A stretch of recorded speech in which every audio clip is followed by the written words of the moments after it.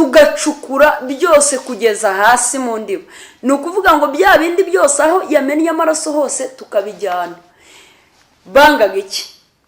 Bagiye babona ingaruka zikomeye cyane z'uko umukozi wa Satani yamennye amaraso bakayahihorerera. Iyo ikirenge cy'umukozi w'Imana, cy'umunyamasengesho, cy'umuvugabutumwa, ikirenge icyo ari cyo cyose cy'umuntu usenga Imana, iyo kihakandagiye kigakandagira hantu hari umuntu wa Satani wamennye amaraso, ni ukuvuga ngo iyo apfukamye asenga, igihe cyose iyo apfukamye asenga, ya masengesho asenga ashobora kugenda akagera kuri wa muntu akamubohoza, akaba yamugarura ku isi kandi atabizi. Ni ukuvuga rero ngo nta muntu ukinasenga. Niyo mpamvu badutumaga ngo tugende byose tubicukure hatazakandagira ikirenge cy'umuntu w'Imana.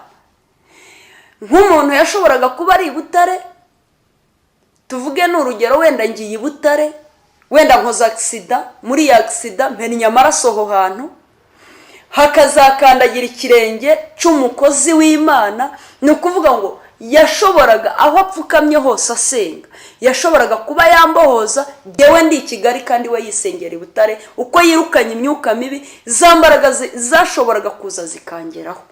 Niyo mpamvu rero badutegekaga kugenda tugacukura iyo mihanda. Hari ahantu henshi badutegekaga kugenda ducukura bitewe n'uko wenda hari umukozi wa Satani wagize ikibazo akaba yamena amaraso ye ku isi.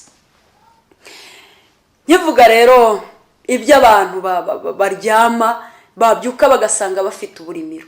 Hari abandi baryama babyuka bagasanga bafite amaraso mu ntoki ndetse no mu kanwa, baraye babarisha inyama z'abantu bapfuye. Abo bantu barahari cyane cyane ko mu biterane njyamo hirya no hino, hari abo nsanga baragoswe n'iyo myuka mibi. Hari abandi baryama babyuka bagasanga barasaze, bafite indasago. Hari ubwo batwara ayo maraso yabo bakajya bayabahamagarira, bahita bayoboherereza dayimoni w'inyatsi wihuse, bagahita babatereza imyuka mibi mu muryango, imyuka mibi itandukanye. Hari abandi baryama bakarara basambana, nta bagore cyangwa abagabo baryamanye, basambana n'imyuka mibi. Ushobora gusambana n'umwuka mubi ukabyara n'umwana w'uwo mwuka mubi. Ibyo byasaba ibisobanuro birebire, ariko hari abantu baryama nabo bariyizi, bakaryama nijoro bakumva barimo basambana n'abadayimoni. Nabaha ingero nyinshi z'abantu bagiye baryamana n'abadayimoni kandi bakabyarana nabo. Hari n'abandi baryama bakararana n'abantu babo bapfuye, baganira nabo. Umuntu wapfuye nta burenganzira na buke aba afite bwo kubonekera umuntu muzima. Cyakora dayimoni ashobora kwambara ishusho y'umuntu wawe wapfuye akaza kukubonekera kugira ngo akubuze amahoro, agukure mu mwanya wari urimo, akurindagize. Ariko umuntu wapfuye nta burenganzira bafite bwo kugaruka ku isi.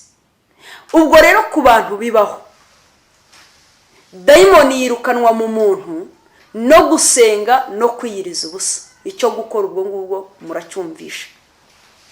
Hari n'abagira gutya bajya kuryama akagira ngo Bibiliya iyi ngiyi irarinda.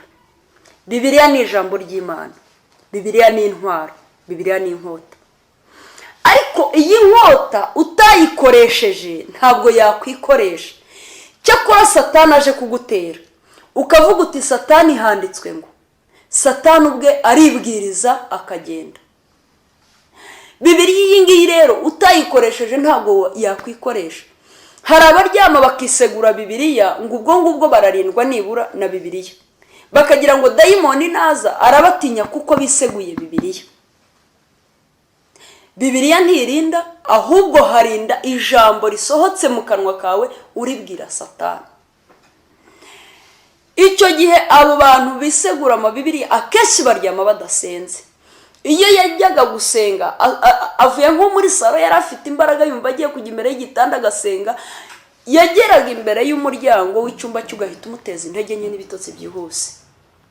Yajya gusenga ukamusengesha amagambo yo gutuka Imana kubera umunaniro umuteje. Yajya gusenga agasenga amasengesho avuga ngo mana ndagushimiye kuko nakurinze. Imana iguha umugisha. Amasengesho nk'ayo ngayo y'ubupfapfa, ayo ngayo nayo iyo yasenze gutyo atiza umurindi Satani wo kugira ngo yohereze imyuka mibi kurara ikurindagiza. Abandi bakajya kuryama akavuga ngo reka mbe nirambitseho gato mu kanya ndi bubyuke nsenge. Icyo gihe ugahita umuteza ibitotsi by'ubupfapfa. Aho ngaho rero niho twaheraga tubasha gukoresha wa muntu. Naho yaba ari umunyamasengesho yaryama adasenze, aho ngaho tukamuterera mu nzozi. Izo nzozi rero twamutereragamo niho twabasha gukorera. Ubundi isaha ya saa sita z'ijoro, kuva saa sita z'ijoro kugera saa 11 ni isaha y'abadayimoni kuzamuka mu marimbi. Icyambere ntibahinga, ntiwasarura aho utabibye, barya inyama z'abantu bakanywa amaraso y'abantu. Iyo umuntu yapfaga akimara gupfa, ikintu bakora bahita bavoma amaraso, ukajya kumva umuntu arakonje. Iyo bamaraga kuvoma amaraso mu buryo bwa gishitani, mu buryo bwa kidayimoni, iyo bamaraga kuvoma amaraso, ikindi kintu bakoraga boherezaga abadayimoni bo kurinda umurambo w'uwo muntu, ariko byaterwaga n'umuntu uwo ari we. Hari urupfu rw'umukiranutsi, hari n'urupfu rw'umunyabyaha. Iyo umuntu yapfaga ari umunyabyaha nibwo bahabwaga ubwo bushobozi cyangwa se izo mbaraga zo kugira ngo bamuvome amaraso. Iyo yapfaga ari umunyabyaha bahitaga bohereza abadayimoni bo kumurinda. Abo badayimoni barindaga bagerana kwirimbi nawe bakimurinze. Saa sita z'ijoro isaha y'abadayimoni kuzamuka mu marimbi kuzana inyama, wa muntu niwe baheragaho babaga bakajyana inyama mu mafirigo nizo barya. Ariko ubugingo bwabaga bufite aho bwagiye. Iyo umuntu yapfaga ari umukiranutsi, hari abakiranutsi b'Imana. Iyo umuntu yapfaga ari umukiranutsi agapfa yihannye ibyaha n'ibicumuro bye,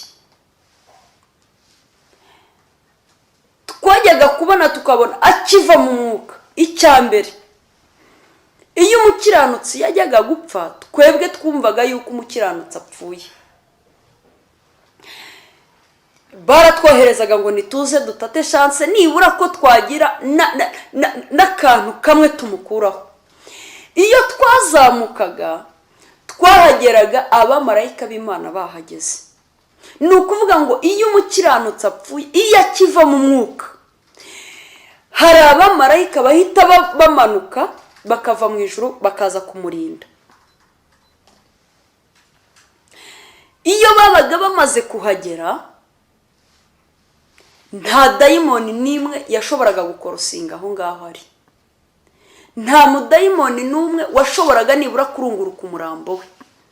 Nta mudayimoni n'umwe washoboraga kureba niba ari nde wapfuye, kuko habaga hagoswe n'icyubahiro cyinshi cy'Imana. Hari abamarayika benshi bamugose. Uwo muntu yarindaga agera ku munsi wo gushyingurwa, hari abamarayika bakirinze umurambo we. Iyo bamugezaga ku irimbi, natwe twabaga turi aho ngaho dutegereje ko nibura twabona akanya gatoya ku buryo nibura tumutera. Wa muntu tukaba twamukuraho akantu kamwe, haba naho wamukuraho urwara ntacyo, baragushimaga. Iyo twageraga ku irimbi, hari icyo nabonaga cyanejeje umutima wanjye, cyanteye n'icyifuzo gikomeye, nkavuga ngo uwama nanjye nkapfa nk'abariya abantu. Nubwo bidashoboka, nari nzi ko bidashoboka, ariko nkavuga ngo uwama nkapfa nk'abariya abantu. Iyo twageraga ku irimbi, twajyaga kubona tukabona abamarayika n'ibishura byera benshi cyane baramanutse, bafite ibyuma bya muzika, bamwe bafite amafamfara, abandi bafite ingoma, bakamanuka benshi cyane, bakamanuka bakaza aho ngaho bakazenguruka wa murambo wa muntu muri serikeye. Twajyaga kubona tukabona abandi bamarayika babiri bamanutse mu mva hasi n'ibishura byera, kandi habaga hari umucyo uteye ubwoba, bakamanuka hasi muri serikeye. Nibo ba mbere bakiraga umurambo, nibo ba mbere bururutsaga umurambo.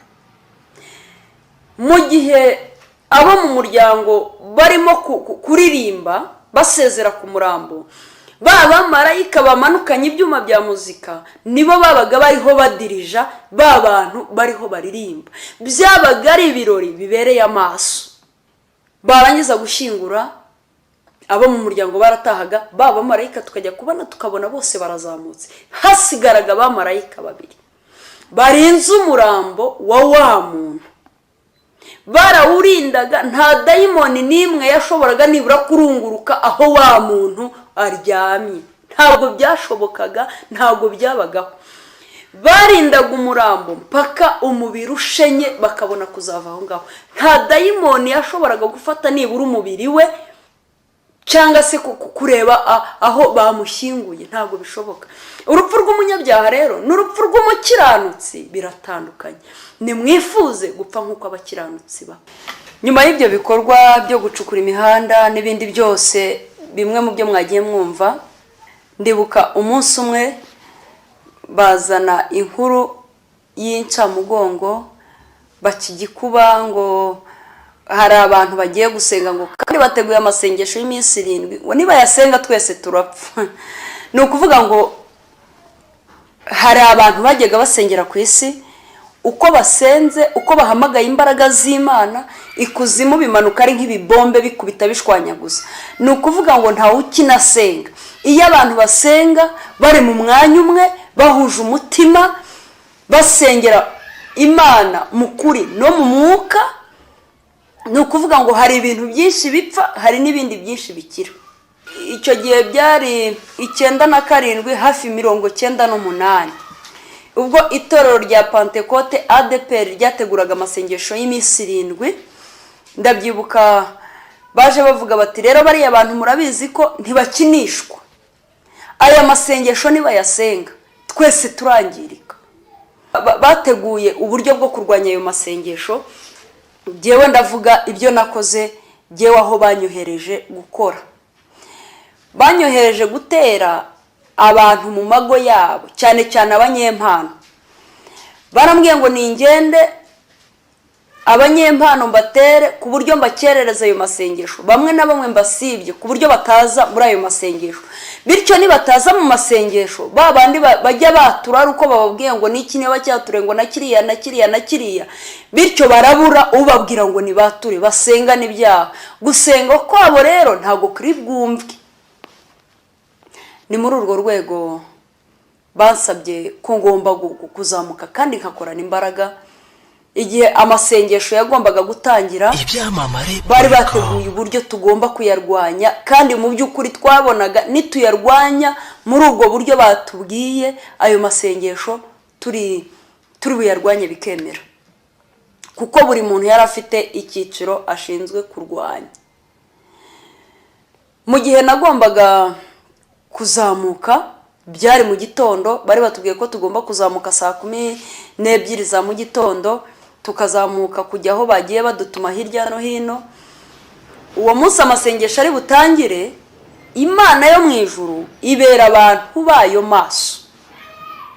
Icyo gihe amasengesho ari butangire, habaye mu gihugu cyose, habaye za nibature zidasanzwe. N'umuntu utarusanzwe abyuka muri nibature uwo munsi yarabyutse.